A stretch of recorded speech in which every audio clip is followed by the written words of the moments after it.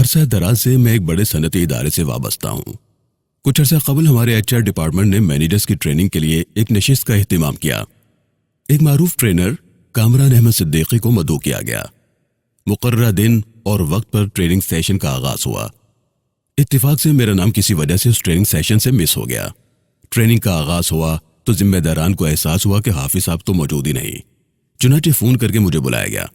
خیر جب میں کانفرنس روم میں پہنچا تو مجلس برپا تھی اور اپنے عروج پر تھی۔ آخری نشستوں میں جگہ ملی۔ محترم کامران احمد صدیقی صاحب ایک عمدہ شخصیت کے حامل، بہترین سپیکر اور ٹرینر ہیں۔ دنیا بھر میں آپ کے ٹریننگ سیشن ہوتے ہیں۔ آپ خصوصی طور پر دبئی سے ہمارے یہاں تشریف لائے تھے۔ انہوں نے حاضرین کو ایک ایک سادہ کاغذ دیا اور کہا کہ آپ سب لوگوں کا ایک امتحان ہے۔ جو اس امتحان میں کامیاب ہوگا اسے میں اپنی لکھی ہوئی کتاب اپنے سگنیچرز کے ساتھ انعام کے طور پر دوں گا۔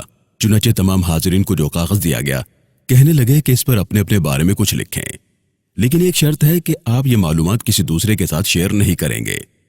لے جناب سب دوستوں نے پیپر پر لکھنا شروع کر دیا۔ چنانچہ میں نے بھی حسب معمول اپنا قلم نکالا اور پیپر پر اپنے بارے میں کچھ تحریر کرنا شروع کر دیا۔ جناب صدیقی صاحب نے کچھ لمحوں کے بعد پوچھا کہ کیا آپ لوگوں نے لکھ لیا؟ سب نے جواب دیا کہ ہاں جناب لکھ لیا۔ ہم سب لوگوں کا خیال تھا کہ وہ یہ پیپر ہم سے لے لیں گے، مگر انہوں نے تھوڑا سا مسکراتے ہوئے کہا کہ کیا بچپن میں آپ لوگوں نے کاغذ کے جہاز بنائے ہیں؟ ہم سب لوگوں نے کہا مسکراتے ہوئے کہ جی بالکل بنائے ہیں۔ صدیقی صاحب نے تھوڑا سا مسکراتے ہوئے کہا کہ بچپن میں آپ سب لوگوں نے کاغذ کے جہاز تو ضرور بنائے ہوں گے، کہیں بھول تو نہیں گئے؟ بہرکیف کھیل دلچسپ مرحلے میں داخل ہو گیا۔ جیسے تیسے کاغذ کا جہاز بنایا گیا۔ جب جہاز بن کر تیار ہو گئے تو پوچھا گیا کہ جی جناب سب کے جہاز تیار ہیں؟ ہم سب نے کہا جی جناب تیار ہیں۔ اب صدیقی صاحب نے کہا کہ اب آپ کا اصل امتحان شروع ہوا چاہتا ہے۔ سبھی حیران تھے کہ یہ کیسا امتحان ہے۔ خیر کامران صدیقی صاحب نے کہا کہ میرے دوستو یہ وائٹ بورڈ سب کو نظر آ رہا ہے؟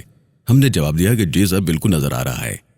کہنے لگے کہ یہ وائٹ بورڈ آپ کا ٹارگٹ ہے، میں 1 2 3 کہوں گا تو آپ سب نے اپنا اپنا جہاز اس وائٹ بورڈ کو ہٹ کرنا ہے۔ جس کا جہاز ٹارگٹ کو ہٹ کرے گا یہ کتاب اس کو ملے گی۔ اب سب لوگ اپنا اپنا جہاز ہاتھ میں پکڑے تیار بیٹھے تھے کہ جیسے ہی اشارہ ہو تو ہم اپنا اپنا جہاز ٹارگٹ کی طرف پھینک دیں۔ میرا جہاز میرے ہاتھ میں تھا، لیکن میں کچھ تذبذب کا شکار تھا کہ کیسے اس جہاز کو ہوا میں اچھالوں۔ دوسری طرف صدیقی صاحب نے پکارا 1 2 3۔ سیشن میں موجود سبھی لوگوں نے اپنے اپنے جہاز وائٹ بورڈ کی جانب پھینک دیے، لیکن میں جہاز کو پکڑے کھڑا رہا۔ لمحوں میں سب کے جہاز ہوا میں جھولتے ہوئے دائیں بائیں گرنے لگے۔ اچانک میرے دل میں خیال آیا اور میں کاغذ کے جہاز کو پکڑے اپنی جگہ سے آرام و سکون سے چلتا ہوا وائٹ بورڈ کی جانب بڑھا۔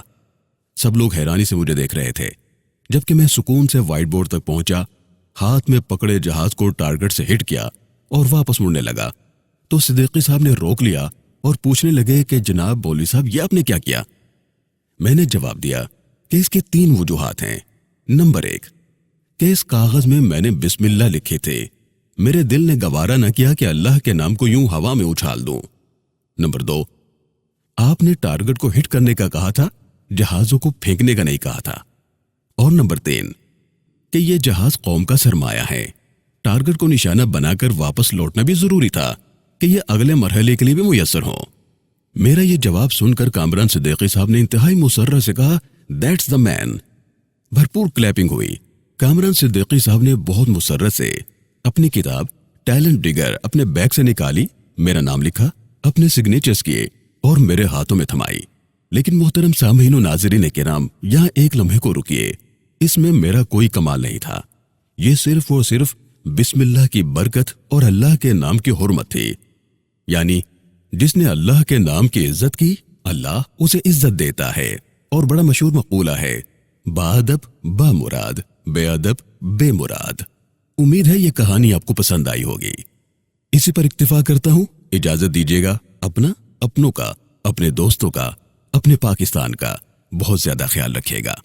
والسلام علیکم ورحمۃ اللہ تعالی وبرکاتہ۔